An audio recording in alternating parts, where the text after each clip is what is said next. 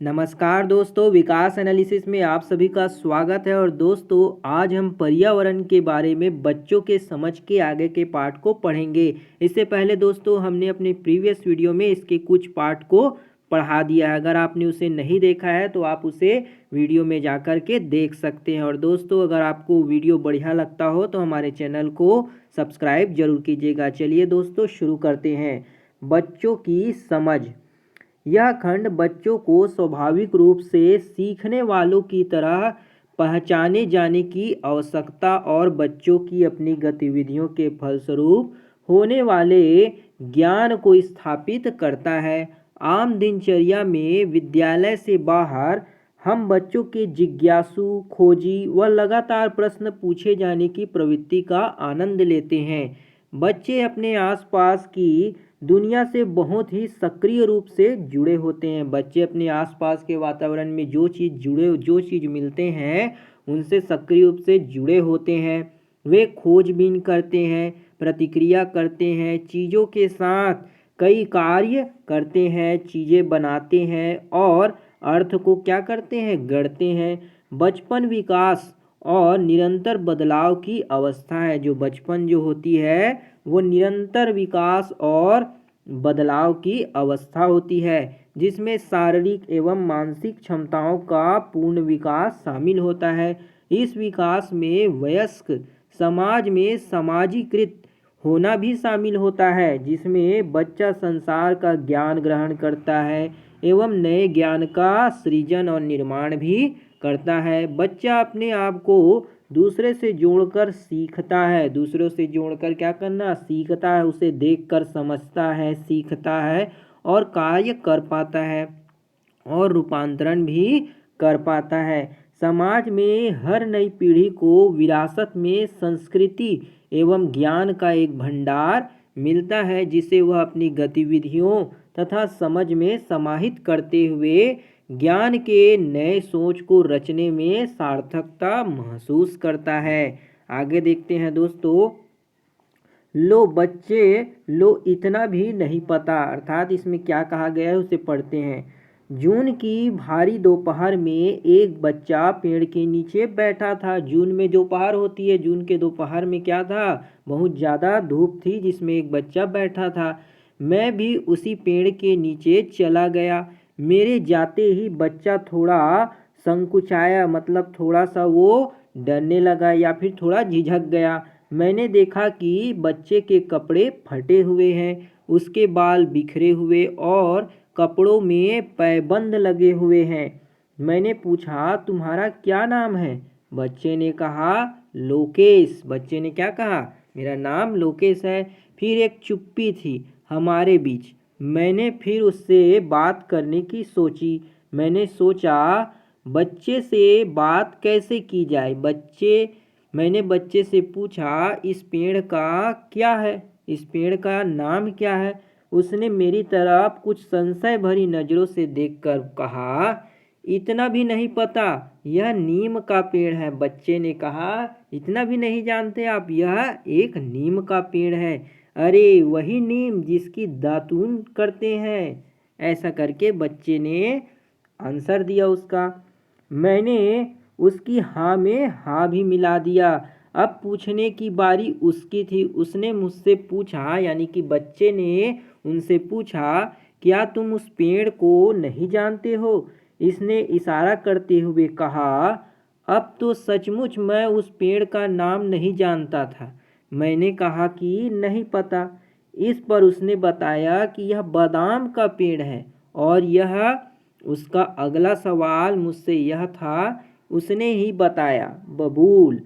और इसका फिर वह बताता है, यह कचनार का है और यह गुलमोहर और लिप्टस का पेड़ है। मैंने बात को पलटा और पूछा कि ये सब नाम तुमने कहाँ से और कैसे पता किए? इस पर उसने कहा, बस ऐसे ही। बच्चे ने कहा, बस ऐसे ही मुझे पता है।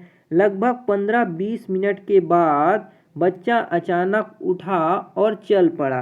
15-20 मिनट बाद बच्चे से बात करने के बाद बच्चा अचानक उठ गया और चलने लगा। मैंने पूछा कहाँ चल दिए। उसने कहा यहाँ स्कूल में बच्चों के एक कैंप में जा रहा हूँ। मैं भी उसी कैंप में जा रहा था। हम दोनों लगभग साथ साथ चल रहे थे। भारी दोपहर में एक चिड़िया पेड़ की छांव में सुस्ता रही थी, मतलब पेड़ की छांव में आराम कर रही थी। उसने कहा काबर। काबर एक चिड़िया का नाम था। काबर क्या था? एक चिड़िया का नाम है। का क्या हाल हो गया है गर्मी में? मुझे लगा कि बच्चा तो चिड़िया के बारे में भी जानता है। मुझे लगा कि बच्चे को चिड़िया के बारे में भी कोई जानकारी होगी।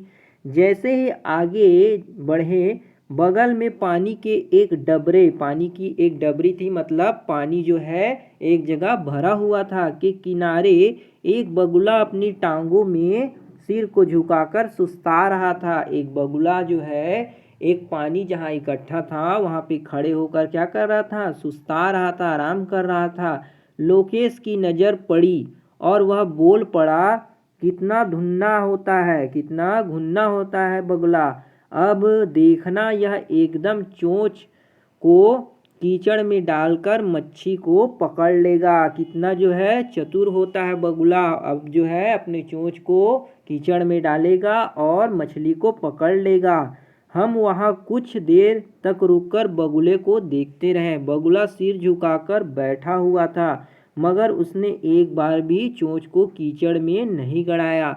लोकेश बोला, हमारे समान गर्मी में बगुला भी मारा जा रहा है। यह अभी शिकार करने वाला नहीं है। अब वो जो बगुला है वो शिकार नहीं करेगा। हम वहाँ से चल दिए और हम कैंप में पहुँच गए। इस तरह बच्चे में जो है पर्यावरण का विकास होते जा रहा था। अभ्यास के लिए कुछ प्रश्न दिए दोस्तों, जिसे हम देख लेते हैं। बच्चे के साथ यह चर्चा क्यों दी गई है? बच्चे के साथ जो ऊपर हमने इतनी सारी चर्चाएं पढ़ी वो क्यों दी गई है, ये पूछा है। इस तरह के अवलोकन से आपको क्या पता चलता है? ऊपर दिए गए अनुभव की तरह आपके भी अनुभव होंगे, उन्हें याद करके लिखिए। बच्चों के साथ हुई चर्चा में आपको बच्चे के परिवेश को लेकर समझ का पता चलता है। क्या क्या जो है दोस्तों अनुभव है, इसके बारे में आपको चर्चा करनी चाहिए, इसके बारे में बताया है। अगला पॉइंट जो है दोस्तों पर्यावरण के बारे में बच्चों की समझ को लेकर कि गुड्डे गुड्डन का खेल। बच्चे जो है गुड्डे गुड्डन का खेल खेलते हैं। आगे बढ़ें इससे पहले यह जान ले कि कुछ बच्चे 7-8 साल के थे जो गुड्डे गुड्डन का खेल खेल रहे थे।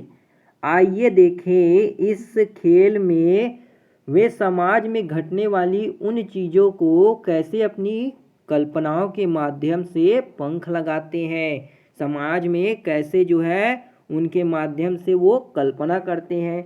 आंगन में मोहल्ले के बच्चे इकट्ठा हो गए। आंगन में जो मोहल्ले के बच्चे थे वो खेलने के लिए इकट्ठा हो गए। खेल में बबलू माँ की भूमिका अदा कर रहा था। बबलू कौन था? वो माँ की भूमिका अदा कर रहा था। शालिनी नामक लड़की पिताजी की भूमिका में थी। उसमें सबसे छोटा बच्चा कुंवर, जो लगभग 5 साल का था, 8 महीने का बच्चा बना हुआ था। उनके पास एक प्लास्टिक की गुड़िया भी थी। वह सबसे छोटी बच्ची थी, उसका खासा ख्याल रखा जाता था। खेल में बड़े बच्चे की भूमिका राघव निभा रहा था। उधर माँ अपने नन्हे बच्चे को प्यार से नहला रही थी। वहाँ माँ की तर्ज में ही बच्चे से बातें कर रही थी। आगे देखते हैं। माँ, अरे बेटा, नहा लेगा तो तुझे अच्छा लगेगा, साफ हो जाएगा, ऐसा माँ ने कहा। उधर छोटा सा प्यारा सा बच्चा जिसको नहलाया जा रहा था रोने का नाटक कर रहा था। वह वैसे ही हरकत कर रहा था जैसे कोई 8 महीने का बच्चा नहलाने पर करता है। पिताजी अचानक घर में आते हैं और माँ के ऊपर रोब झाड़ते हैं। पिताजी, लाओ जरा पानी पिलाना जल्दी से। माँ ने कहा, रुको अभी, देख नहीं रहे हो मैं अभी बच्चे को नहला रही हूँ और तुमको पानी की पड़ी है। इतनी ही जल्दी है तो अपने आप से पानी लेकर पी लो, अभी मुझे कई सारे काम करने हैं। पिताजी: अरे हाँ, आखिर काम तो करना ही होगा, ऐसा पिताजी ने कहा। बच्चों का खेल जारी रहता है और बच्चे क्या करते रहते हैं, अपने खेल खेलते रहते हैं। अब अभ्यास के देखते हैं दोस्तों, कुछ प्रश्न बने गए हैं जिससे हमने अभी पढ़ा उससे क्या क्या प्रश्न बन सकते हैं वो दिए गए हैं। जैसे इस कहानी के आधार पर बताइए बच्चा क्या क्या करता है। तो हमने दोस्तों आपको थ्योरी में पढ़ाया कि बच्चे क्या क्या करते हैं, गुड्डे गुड्डन का खेल खेलते हैं, नहाने के लिए कहती उसकी माता, ये सभी क्रिया जो है पूछा गया है। और दूसरा क्वेश्चन, गुड्डे गुड्डन के खेल की तरह इस प्रकार के अन्य खेल का एक उदाहरण लिखिए। आपके मन में जो भी उदाहरण आते हैं इसी तरह के उसे आप सोच सकते हैं। गुड्डे गुड्डन के खेल की तरह आपने भी अपने बचपन में कई तरह के या खेल खेले होंगे या फिर आसपास खेल को देखे होंगे, उन सभी के बारे में आपको चर्चा करना है। इस तरह से बताया गया है। बताइए बच्चे परिवार की संरचना के बारे में इतना सब कैसे जान लेते हैं, अर्थात जो बच्चे होते हैं वो परिवार की संरचना के बारे में कैसे जान सकते हैं। तो ये सब थी दोस्तों बच्चों में पर्यावरण के बारे में समझ कैसे विकसित होती है, इसके बारे में हमने आपको बहुत ही छोटी वीडियो में और आसान भाषा में पूरी इसकी थ्योरी समझाने की कोशिश की। इसका नेक्स्ट पार्ट जो है दोस्तों बहुत ही जल्दी हम लेकर आएंगे और उम्मीद है दोस्तों आपको वीडियो पसंद आ रहा होगा। अगर वीडियो पसंद आए तो आप लाइक ज़रूर कीजिएगा, शेयर, सपोर्ट और सब्सक्राइब जरूर कीजिएगा। दोस्तों इसको आपको सिर्फ देखना और समझना है, इसमें कोई भी ज़्यादा कठिन नहीं है दोस्तों, आपको सिर्फ समझना है और पढ़ना है। और इसी से ही दोस्तों एग्ज़ाम में प्रश्न भी बनते हैं जो कि आपके आने वाले एग्ज़ाम सहायक शिक्षक में पूछे जा सकते हैं। तो आज की इस वीडियो में बस इतना ही दोस्तों, मिलते हैं अगली वीडियो में, तब तक के लिए जय हिंद, वंदे मातरम।